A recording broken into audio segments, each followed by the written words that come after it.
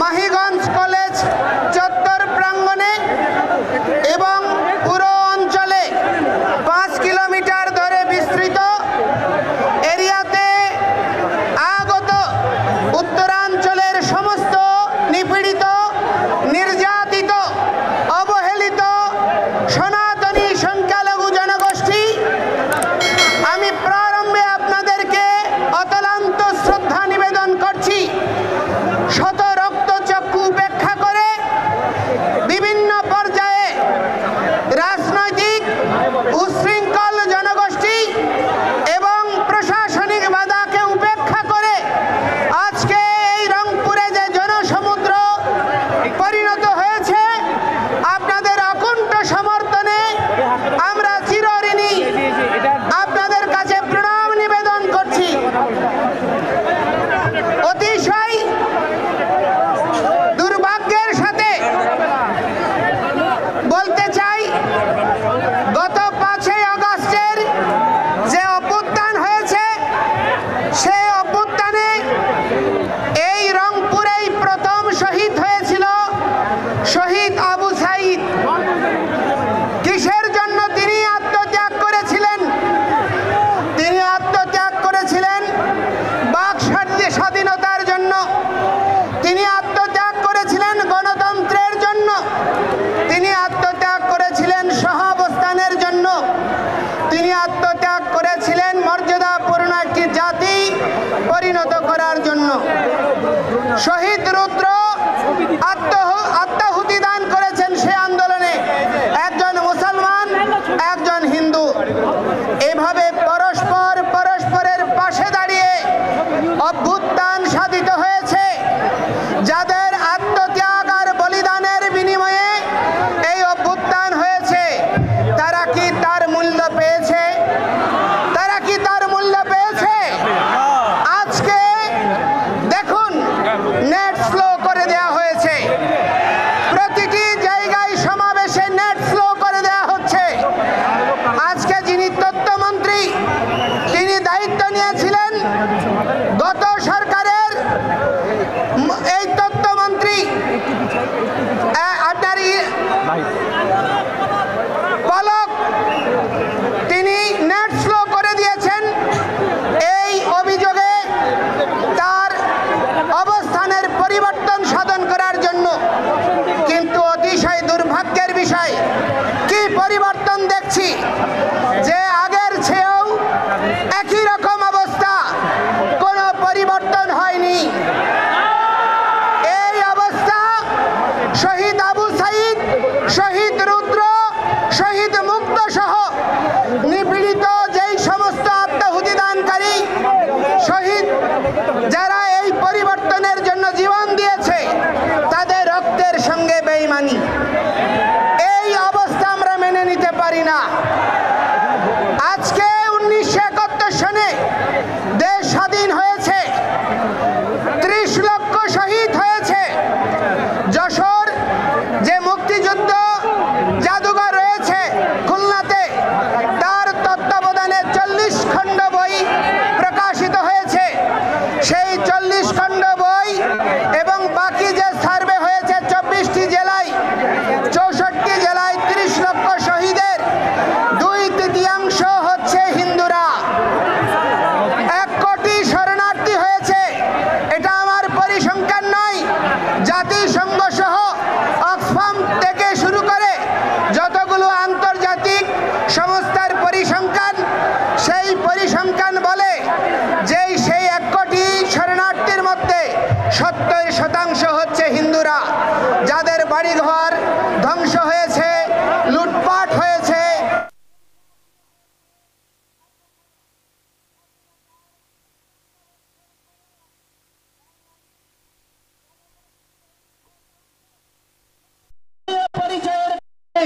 তার প্রাপ্ত মর্যাদা পায়নি। বাংলাদেশের স্বাধীনতার পরে আমরা বিগত সরকারকে দেখেছি, আমরা ইতিহাসকে অবমূল্যায়ন পছন্দ করি না। স্বাধীন বাংলাদেশের যার দরে স্বাধীনতা এসেছিল, সেই শেখ মুজিবুর রহমান, ওনাকে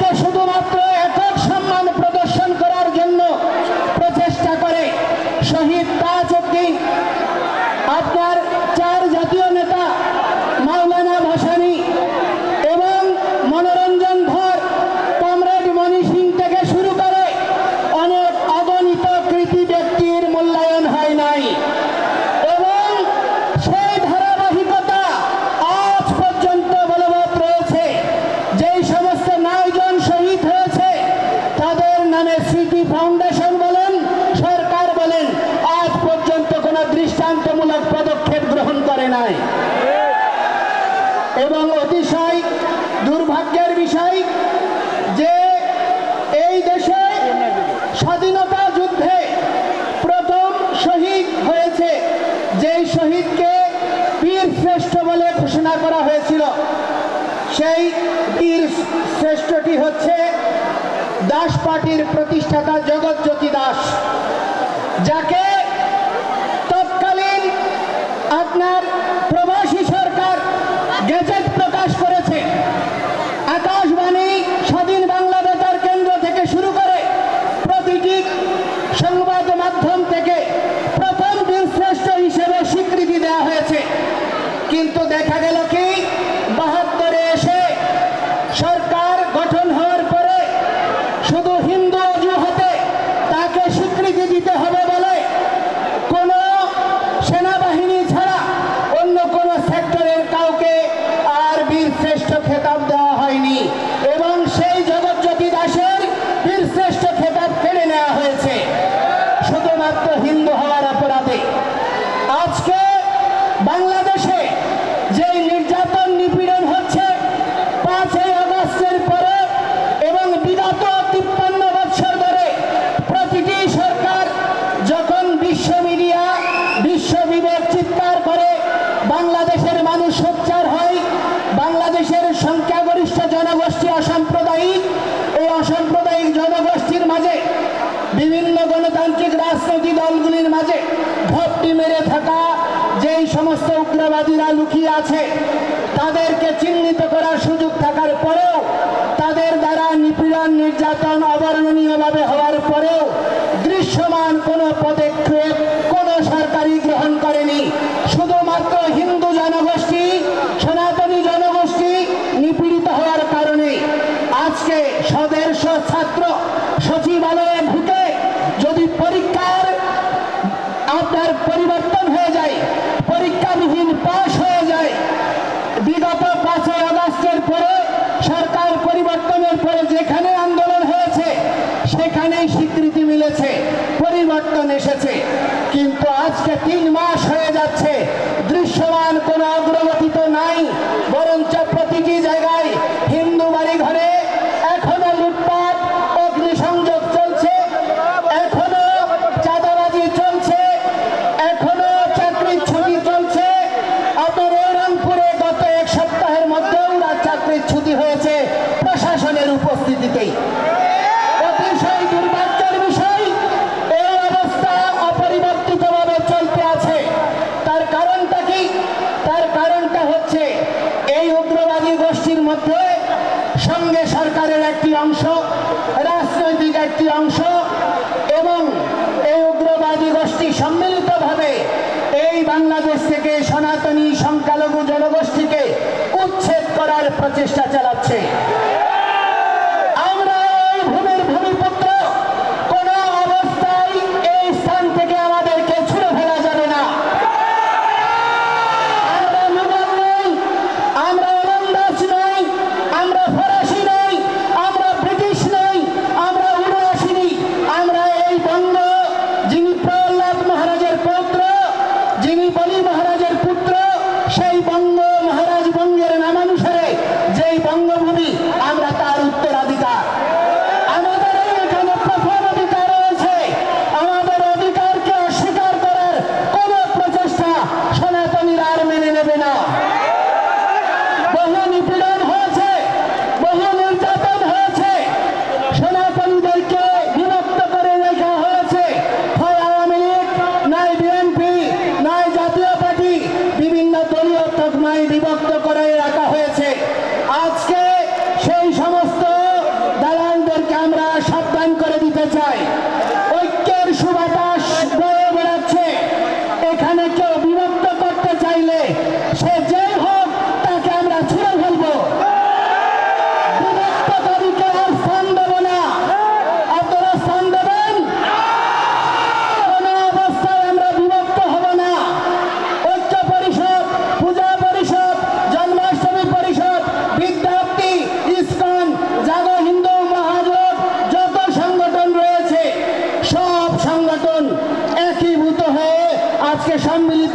বাণী জাগরণ জোট হয়েছে, এই ঐক্যকে প্রতিহত করা যাবে না।